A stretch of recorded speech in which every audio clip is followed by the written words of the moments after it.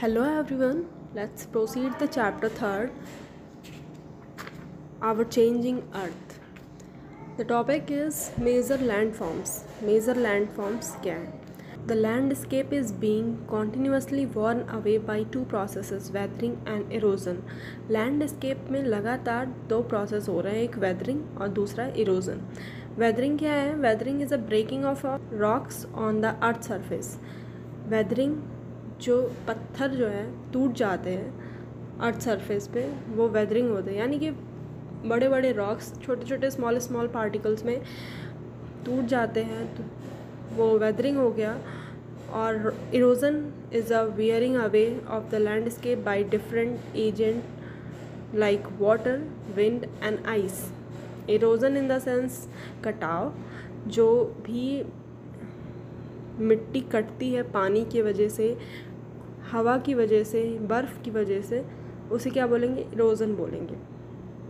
It means weathering का sense यहाँ ये है कि जब बड़े बड़े पत्थर छोटे छोटे टुकड़ों में हो जाते हैं, छोटे छोटे पार्टिकल्स में हो जाते हैं अर्थ सरफेस पे, तो वो वेदरिंग हो गई. Erosion is a wearing away of the landscape by different agents like water, wind and ice. Erosion का मतलब ये होता है जब लैंडस्केप पे हवा, पानी या बर्फ़ की वजह से मिट्टियों का कटाव होता है. फॉर एग्ज़ाम्पल नदी के किनारे जो भी मिट्टियाँ होती हैं, जब नदी भर जाती है तो क्या होता है, बार बार एक ही जगह पे पानी लगने, वहाँ की मिट्टी, वहाँ की ज़मीन कटने लगती है. तो यहाँ क्या हो गया? इरोजन हो गया. The eroded material is carried away और transported by water, wind extra. वो जो इरोजन है, इरोडेड मटेरियल है, वो दूर चली जाती है, ट्रांसपोर्ट की जाती है, किसके ज़रिए? वाटर और विंड के ज़रिए ले जाई जाती है दूसरी जगह, एंड एवेंचुअली डिपॉजिटेड, और दूसरी जगह जाके वो डिपॉजिट हो जाती है. ठीक है, जैसे मिट्टी कटती है तो वो कहीं और जाके डिपॉजिट हो जाती है, पानी के थ्रू मिट्टी गिर जाती है और वहाँ जमा होने लगती है. This process of erosion and deposition create different landform on the surface of the earth. ये जो प्रोसेस है इरोजन का ये और डिपोजिशन का, ये क्रिएट करता है डिफरेंट लैंडफॉर्म अर्थ के सरफेस पे. ठीक है, डिफरेंट लैंडफॉर्म्स क्रिएट करता है अर्थ के सरफेस पे. Work of a river, the running water in the river erodes the landscape. जो रनिंग वाटर है, यानी कि लगातार जो पानी बहता रहता है नदियों का, वो लैंडस्केप को इरोड करता है, यानी कि लैंडस्केप में मिट्टियों का कटाव कर देता है. ठीक है, मिट्टी काट देता है. When the river tumble at a steep angle over very hard rock or down a steep valley side, it forms a waterfall. जब रिवर का पानी पत्थर पे गिरता है तो धीरे धीरे पत्थर भी क्या करता है? कट जाता है, जिसकी वजह से वहाँ एक स्टीप वैली साइड का फॉर्मेशन होता है. जब वहाँ से पानी गिरता है तब वहाँ क्या क्रिएट हो जाता है? वाटरफॉल बन जाता है. ठीक है. As a river enters the plain, it twists and turns forming large bends known as meanders. जब रिवर इंटर करता है प्लेन एरियाज़ में तो वो ट्विस्ट, यानी कि रिवर हमेशा स्ट्रेट नहीं जाता, रिवर हमेशा मुड़ता रहता है, ट्विस्ट करता रहता है, और वहाँ क्या फॉर्म करता है? एक लार्ज बेंड, जिसको हम क्या बोलेंगे? मिएंडर. Due to continuous erosion and deposition along the sides of the meander, the ends of the meander loop come closer and closer. लगातार इरोजन होने की वजह से, लगातार मिट्टियों की कटाव की वजह से और डिपोजिशन, यानी कि जो भी मिट्टियाँ या सेडिमेंट्स, जो भी पार्टिकल्स जमा हो रही हैं, उसकी वजह से साइड्स में meander, the end of the meander loop come closer, यानी कि वो मिएंडर धीरे धीरे ख़त्म होने लगता है और क्या बनाता है? एक ऑक्सबो लेक बनाता है. ठीक है, meander loop cut off from the river and form a cut off lake, और एक अलग से कट ऑफ लेक का फॉर्मेशन कर लेता है, क्योंकि देखो नदियों की पानी जो है उसमें बीच में डिपोजिशन हो जाती है, जिसकी वजह से यहाँ एक अलग से लेक बन जाता है, उसे हम नाम देते हैं oxbow lake. At times the river overflow its bank. This leads to the flooding of the neighboring areas. जब पानी ओवरफ्लो करती है बैंक्स पे तो ये क्या लीड करती है? फ्लड. यानी कि जाहिर है कि नदियों की पानी जब बढ़ जाएगी तो वहाँ फ्लड क्रिएट हो जाएगा, यानी कि बाढ़ आ जाएगी. As it floods it deposit layer of fine soil and other material called sediment along its bank. तो साइड के यानी कि नदी के किनारों पर सेडिमेंट्स और दूसरे मटेरियल्स जो हैं जमा होने लगेंगे।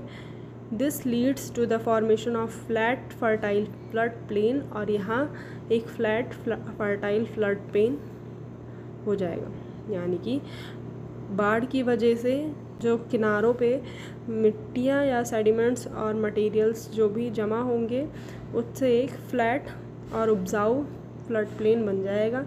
The raised bank are called levees. जो किनारों पे मिट्टियाँ ज़्यादा जम गई हैं वो क्या बन जाएंगी, लीवीज़ का फॉर्मेशन कर लेंगी, यानी कि एक बांध बना लेंगी। As a river approaches the sea, जैसे कि रिवर अप्रोच कर रहा है सी को, the speed of the flowing water decreases and the river begins to break up into number of streams called distributaries। जैसे जैसे रिवर सी की तरफ जाता है, यानी कि जाहिर है नदियाँ कहाँ जाके मिलेंगी, लास्ट में समुद्र से। तो जैसे जैसे नदी समुद्र के पास जाएगी तो स्पीड जो है नदी के पानी की जो स्पीड होगी जो वो डिक्रीज़ करेगी, यानी कि वो कम होती जाएगी और रिवर टूटने लगेंगी नंबर ऑफ़ स्ट्रीम्स में, यानी कि एक रिवर से कई रिवर्स बनने लगती हैं और इसी को हम क्या बोलते हैं, डिस्ट्रीब्यूटरीज बोलते हैं। ठीक है। The river becomes so slow that it's begin to deposit its load. Each distributaries form its own mouth. The collection of sediment from all the mouth forms a delta। यानी कि जब ये रिवर्स धीरे धीरे टूटने लगती है कई ब्रांचेस में तो उसे डिस्ट्रीब्यूटरीज बोलते हैं, और यही रिवर जो है बहुत स्लो हो जाती हैं और डिपॉजिट करने लगती हैं सॉयल सेडिमेंट पार्टिकल्स। तो यही सारी डिस्ट्रीब्यूटरीज अपना खुद का मुंह बना लेती हैं, इन द सेंस अपना खुद जाके अलग अलग ब्रांचेस बन जाती हैं, जिसमें तब जाके वो समुद्र में जब मिलती हैं तो उस पूरे एरिया, उस पूरे कलेक्शन को ऑफ सेडिमेंट्स को क्या फॉर्म कर लेती हैं, the collection of sediment from all the mouth forms R delta. और वही जो नदियाँ समुद्र से मिलती हैं उनके कलेक्शन को ही हम क्या बोलते हैं, डेल्टा बोलते हैं। वो क्या फॉर्म कर लेती हैं, एक डेल्टा फॉर्म कर लेती हैं। Work of sea waves. The erosion and deposition of the sea wave give rise to coastal landform. Erosion और डिपोजिशन की वजह से सी वेव कोस्टल लैंडफॉर्म बनाती है। ठीक है। Sea wave continuously strike at the rock. समुद्र की जो लहरें होती हैं वो लगातार जब पत्थरों पे अफेक्ट करती हैं, स्ट्राइक हिट करती हैं, तो क्रैक डेवलप होने लगता है, यानी कि पत्थर कटने लगते हैं। Over time they become larger and wider. समय के साथ वो बड़ा हो जाता है और गहरा हो जाता है। These hollow like cave are formed on the rock. और रॉक के अंदर एक गुफा टाइप शेप बना लेता है। ठीक है। They are called sea caves. उन्हें हम क्या बोलेंगे, sea caves. As these cavities became bigger and bigger, only the roof of the cave remains, thus forming sea arches। जब वो कैविटी यानी कि वो होल पत्थर को पार कर देती है तो केवल पत्थर के ऊपर वाला पोर्शन रह जाता है, यानी कि उसका रूफ रह जाता है, और उसे हम क्या बोलेंगे, सी आर्चेस का फॉर्मेशन कर लेती है। Further erosion breaks the roof and only walls are left. फिर इरोजन की वजह से रूफ यानी कि जो बीच का पोर्शन होता है वो भी टूट जाता है और एक दीवार टाइप शेप रह जाता है जिसे हम बोलते हैं stacks. The steep rocky coast rising almost vertically above sea water is called sea cliff. Steep rocky coast rising almost vertically, यानी कि वर्टिकल में जो स्टीव रॉकी कोस्ट राइज करती हैं सी वाटर के ऊपर, उसे हम क्या बोलते हैं, sea cliff. The sea waves deposit sediments along the shore forming beaches. Sea waves जो हैं, जो भी सेडिमेंट समुद्र के किनारे डिपॉजिट करते हैं उससे क्या बनता है, बीचेस का फॉर्मेशन हो जाता है। ठीक। Work of ice. Glaciers are rivers of ice which to erode the landscape by bulldozing soil and stone to expose the solid rock below। Glacier को हम क्या बोलते हैं, बर्फ़ की नदियाँ जो कि इरोड होती है लैंडस्केप में, मतलब बर्फ़ की नदियाँ यानी कि इसमें भी इरोज़न होता है। कैसे? सॉयल और स्टोन के मूवमेंट से, ठीक है। Expose the solid rock below, उसके अंदर जो सॉलिड रॉक होते हैं वो भी इरोड हो जाते हैं। यहाँ glacier carve out deep hollow there, glacier क्या बनाता है? एक डीप गहरा हॉलो बना लेता है वहाँ, जब इरोज़न होता है। वहाँ की मिट्टी और जो पत्थर स्टोन्स जो हैं वो मूव कर लेते हैं। यहाँ क्या एक हो जाता है? डीप हॉलो बना लेता है glacier. As the ice melt, they get filled up with water and become beautiful lakes in the mountain. और जब आइस मेल्ट हो जाती हैं, जब बर्फ़ पिघल जाती हैं तो वहाँ पानी भर जाता है और एक बहुत ही ब्यूटीफुल लेक क्रिएट कर लेता है माउंटेन में, ठीक है। The material carried by the glacier such as rocks big and small sand silt get deposited, जो मटेरियल ग्लेशियर कैरी करता है, ग्लेशियर के थ्रू कैरी किया जाता है, जैसे कि रॉक हो गया, चाहे वो छोटा या बड़ा हो, सैंड सिल्ट, ये डिपॉजिट कर लेते हैं यानी कि ये भर जाते हैं। These deposits form a glacier moraines, और यही डिपॉजिट जो है ग्लेशियर मोरेन्स फॉर्म कर लेती है, ठीक है। Work of wind. Have you ever visited our desert, क्या आप डिज़र्ट गए हैं? Try to collect some pictures of sand dunes, sand dunes की कुछ पिक्चर्स कलेक्ट करने की कोशिश कीजिएगा। सैंड ड्यून्स क्या होता है? An active agent of erosion and deposition in the desert is wind, एक एक्टिव एजेंट जो है इरोजन और डिपोजिशन का डिज़र्ट एरिया में, वो क्या है? हवा है। हवा की वजह से वहाँ इरोजन भी होता है और डिपोजिशन भी होता है, ठीक है।